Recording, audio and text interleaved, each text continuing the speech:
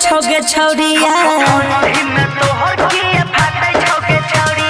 ठंडी में तोहर किए फाटे छोगे छौरिया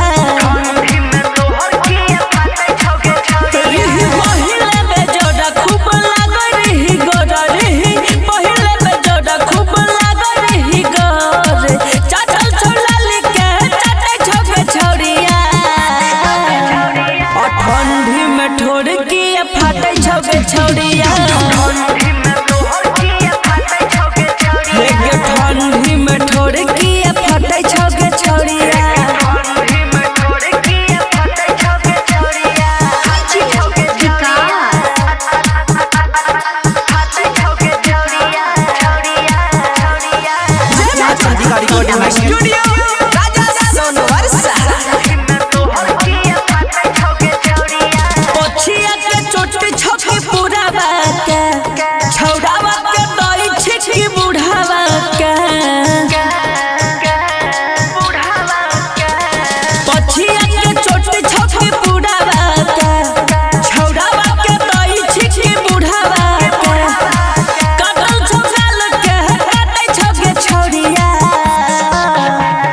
ठंडी में ठोर किए फाटे छोगे छौरिया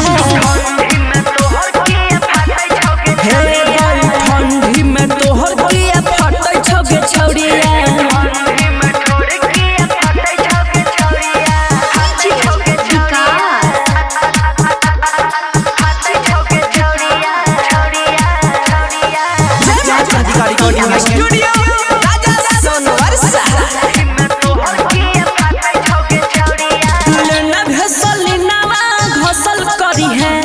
असुर चाचा देखी देखी हौसल करी है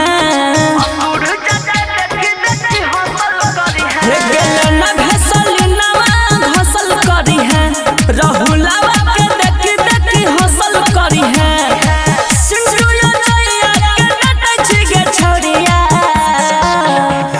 ठंडी में ठोर किए फाटे छोगे छौरिया।